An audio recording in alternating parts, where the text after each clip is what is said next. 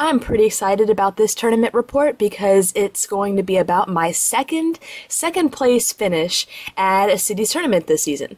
This weekend I went to 2 tournaments. I didn't do very well at the one yesterday, but on Saturday I was able to get second place in Hillsborough, North Carolina, running a different type of deck than I had been running in the earlier cities tournaments. I had previously, if you watch my other tournament reports, been running Magna Eel, which is just a combination of Magnezone, Electric, Thundurus, Zekrom, and a little Cryonicle tech for the Donphans as pretty much just a fighting counter. And I did really well with it. I really like the deck. I like the different possibilities and different ways to attack, the draw power. There's just lots of different options in the deck, and I really like options in a deck. So since I had done well with that deck, what I like to do when I'm in tournaments is, if like I'm in midway during battle roads and I've won one, then I kind of like to switch to something else. Especially if there's something in the format that I haven't tried yet and I'd like to try, something like that. I feel like with a win, I'm not really going for any huge championship points. I'm not in that running, for Worlds invites or anything. I'm just kind of going for improvement, and I think just trying a lot of decks and getting better with a lot of different decks is a good way to improve yourself as a player. So I chose to change it up from Magna Eel and go with a Chandelure Vileplume deck.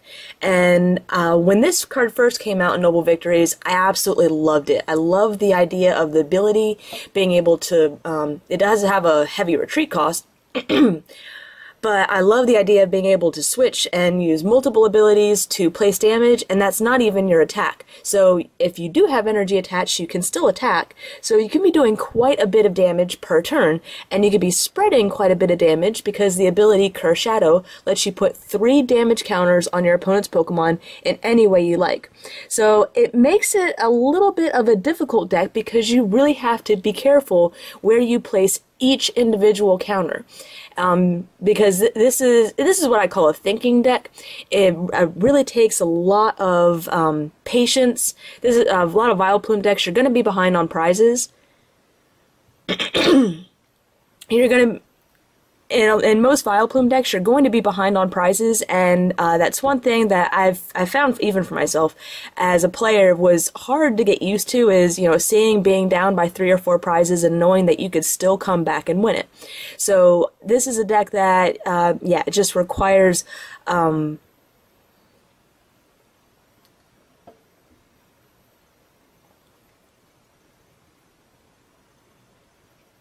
So yeah, this is just a deck that requires a little bit of patience and a little bit of thought to make sure that you're not misplaying, because it is very easy to misplay with this deck and lose the game.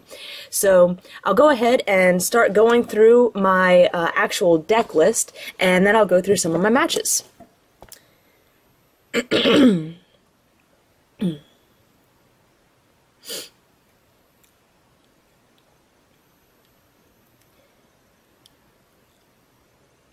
I have one Cleffa, and I pretty much have one Cleffa in every deck. It's a great stall tactic, as well as just refreshing your hand if it's just really, really horrible. I also have one Pichu in the deck, and this is a card that I've actually never run before, but I found that in Vileplume based decks, it's great for getting out a double Oddish, just in case one is captured and killed early on in the game. That way you still have that second Oddish to be able to get a Vileplume up right after they knock out your first. It does help your opponent set up as well, because they can fill up their bench with Playground as well as you.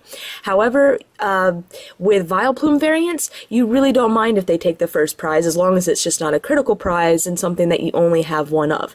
So with Pichu, if I was able to get it, I was typically putting at least a couple Oddish on my bench, maybe at least 1 to 2 Litwick, and possibly a Doduo, just depending on what was in my deck and what I had seen being prized. So Pichu is also a great stall tactic at any point during the game. Just to use it Playground, even if you don't have room on the bench, just for nothing, and just hope you stay asleep, because with Vileplume up, unless they're running something that snipes, they're not going to be able to hit you for the turn, and it's just a great way to give you another turn. So, I run 3 of the promo Litwick and only 1 of the set liquid, the Teleportation Burst. I would love to run 4 of the Call Litwick, and I actually put out a video several weeks ago asking for trades for these Litwick. However, most people tried to really rip me off on these things, asking anywhere from, $30 worth of stuff for a couple of these, to full art Reshiram's, just an insane amount of stuff. Pokebattle 97 really came through for me, and we made what I think was a pretty fair trade for 2 of the promo Litwick. 1 is actually from my collection, and I hate having to play with cards from my collection, but I figure what's the point in having a collection of everything if you can't use it every now and then? So that's why I have 3 of them. I considered going and seeing if I could track down a 4th just to buy, but 3 out of 4 really isn't that inconsistent, and Teleportation Burst is by no means bad. It does do damage, and you can switch. Call for Family is always better, but yeah, having 1 is really not that big a deal. So I run 4 of the Lampent, and that's because of this first attack, Luring Light. You get to switch the defending Pokemon with one of your opponent's bench Pokemon. This is a great stall tactic. If you see that, if you have the Vileplume in play and they bench something heavy and don't have any energy attached to it, and have an attack cost of 2 or more, this is great to bring up and stall. So I'll show you my tech a little further down for in combination with this. But even if you don't have the tech that I have in here, just being able to drag up your opponent and force them to manually retreat because they can't use a switch with Vileplume can always save you a turn and just give you a little more time to get ready. So I run 4 Lampent for that reason. And I only run 3 Chandelure. I had 4 Chandelure, but I dropped 1 for a Pont, I believe, just for a little more shuffle power, for a little more consistency. I do run Recovery in this deck. Some Chandelure decks don't. It's just the player that I am. I really like you never know what's going to happen, so I really like Recovery. And so that's why I feel pretty safe in just running 3 Chandelure. So obviously there's great things about this card. Curse Shadow, like I said before, lets you put 3 damage counters on your opponent's Pokemon in any way you like. Eerie Glow, it's not that powerful of an attack because it's only doing 50, but this is the kicker.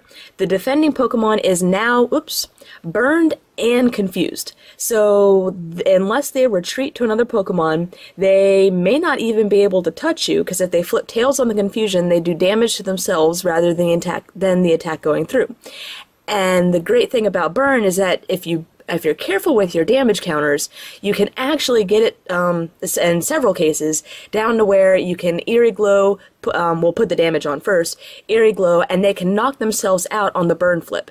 And if they do that, then they don't, if they're playing Rescue Energy or anything like that, Rescue Energy only goes into effect from effects of attacks rather than effects of statuses or damage counters. So they don't get to use that Rescue Energy. So it's a great way to knock your opponent out. So, like I said, I run 3 of them. Because it's so important to switch from Chandelure to Chandelure to be able to use the Curse Shadow ability multiple times, and because it has that nasty retreat cost of 2, I run a 2/2 line of Dodrio, which as long as it's on your bench, excuse me, your active Pokemon's retreat cost is 2...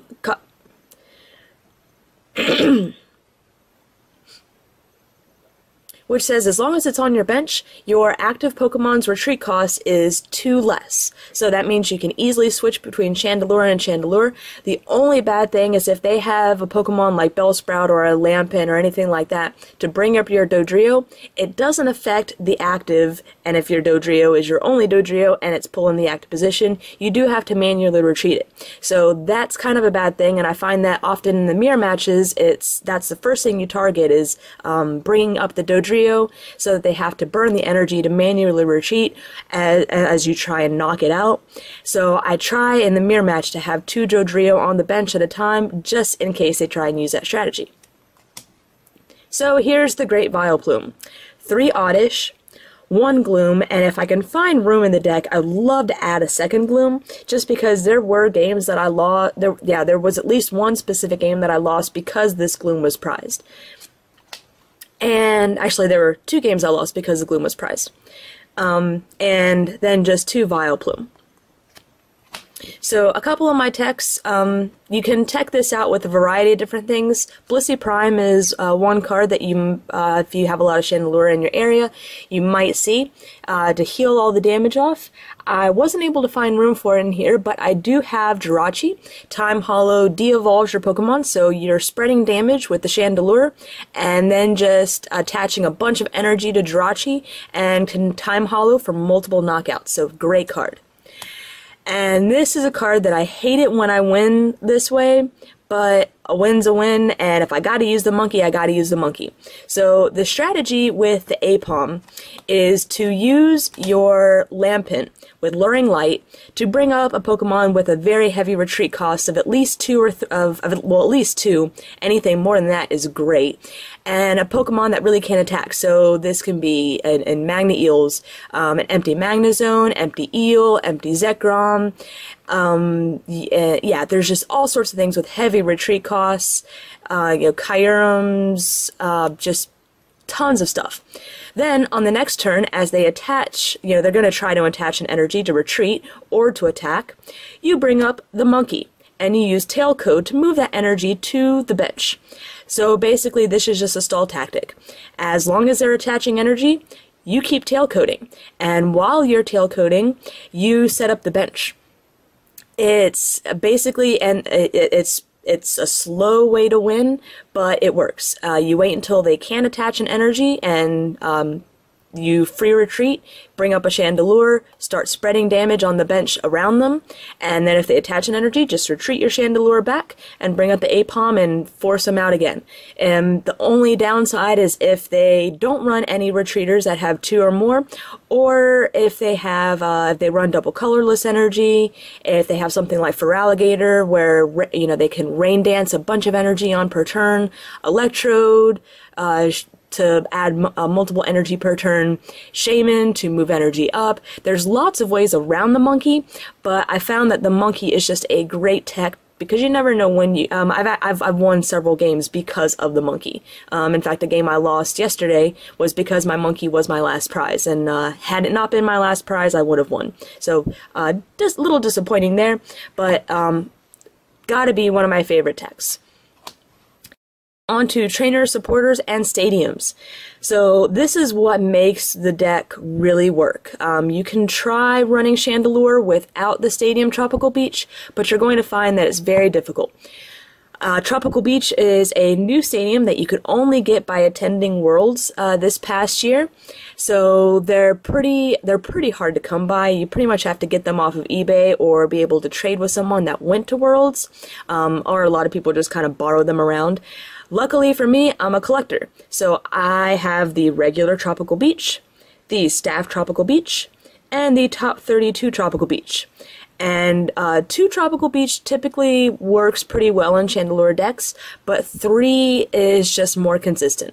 And if there was really something I had to take out, I'd probably take out the 3rd Tropical Beach, but right now, it's having 3 beach in the deck really increases the chance that you're going to be able to draw into one early game rather than having to waste half of a twin search for it later on. So, oh, and I forgot to even show what it does. So it says that during your turn, you can draw cards until you have 7 in your hand. If you do that, your turn ends.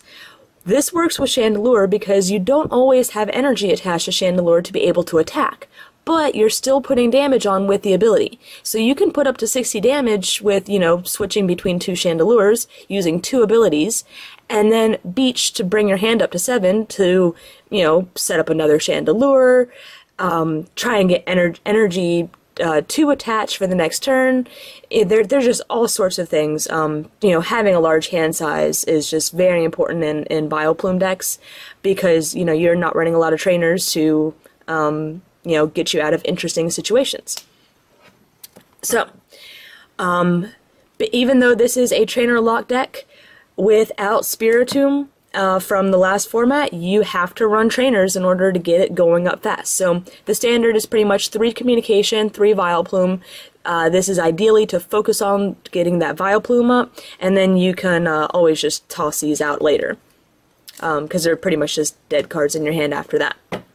So, 4 Pokemon Collector, because that is most consistent. You definitely want to get your bench going as fast as possible. You want that double Oddish out there to get that Vileplume up as soon as they knock one out with the twins. Collector, just necessary. 3 Sage, and this is useful for several things. Sages early in the game can help you get that draw into the Candy Vileplume, communication, the combination you need to get the Vileplume out. In late game, Sage is great because it can get rid of, the extra stadiums and trainers that you have just cluttering up your deck. I run 3 Professor Oak's New Theory just for a little shuffle power. You never know when you may need a fresh hand. Powerhouse of the deck, 4 Twins. With Vileplume decks, unless you're running up against another Vileplume deck or an Electrode deck, you are going to be behind on prizes. So Twins is essential for being able to get your deck going. If you're behind on prizes, that's fine. You can always catch back up, but not without something like Twins to really help you get it. Twins lets you search for any 2 cards in the deck that you want, leaving you a variety of, endless possibilities, but is definitely an essential in any trainer lot deck. I run 3 N, and N is perfect for the late game. Once they're down to 1 to 2 prizes, assuming they don't, have a Magnezone or something like that in play to help them draw back into a hand, you end them to get their hand size really dangerously low, and then you keep going. Because you can deal with a low hand size. You're still doing damage with the Chandelure's ability, just switching back and forth as long as you're set up. And if you have energy on, then that's even better. You can be doing, 110, not including burn and confuse flips. So that's definitely, that's worth it to have a low hand on your side. And if you don't have the energy to attack, you can always use Beach to get your hand back up. Whereas they can't use, if they use Beach, that automatically ends their turn. So it's pretty much a way of stalling them. And my last supporter, a single Flower Shop Lady. And this is not a requirement for this type of deck, but I am one that I really, really want recovery. I really want recovery just in almost everything that I play. So Flower Shop is a big one. Energy, because you can, you're spreading damage with just the ability, I don't really focus on having too much energy in the deck. I run 2 Rescue Energy just so I can reuse Chandelures, Oddishes, all sorts of things, and 6 Psychic Energy because Chandelure needs Psychic Energy to attack. Luckily, Luring Flame just needs a colorless, so I can always use the Rescue Energy for that, but Chandelure and Jirachi do need Psychic Energy. So that is my deck, and I realize I've already rambled on for almost 20 minutes just kind of going through the premise of the deck. But I know that while Chandelure is a top deck, a lot of people probably haven't seen it played because of the Tropical Beach. With the Tropical Beach being so difficult to get a hold of, and the big thing is that the Tropical Beach, you can't get them online. So while I had a lot of battle vids up of Magna Eel matches, I don't have Chandelure built on the site because it doesn't run very well without Beach. And you don't have, unfortunately, they just haven't given us a way of getting Beach onto the site. So until they do, I pretty much just kind of play test with myself, and yeah. So hopefully in the future I'll choose to run a deck that doesn't have a Beach in it so I can play more online and have more battle vids to show. But if I do have something that I'm running that runs Beach, yeah, online options are not a choice. So, second place tournament report. Yeah, I'll try and go through it fairly fast since I'm already rambling on so much. But my first match was against a Zeal deck, and I pretty much just used the strategy I told you about with Lampent. I used Luring Light to bring up something with a heavy retreat, and then just A-palmed the energy away while I set up and spread damage.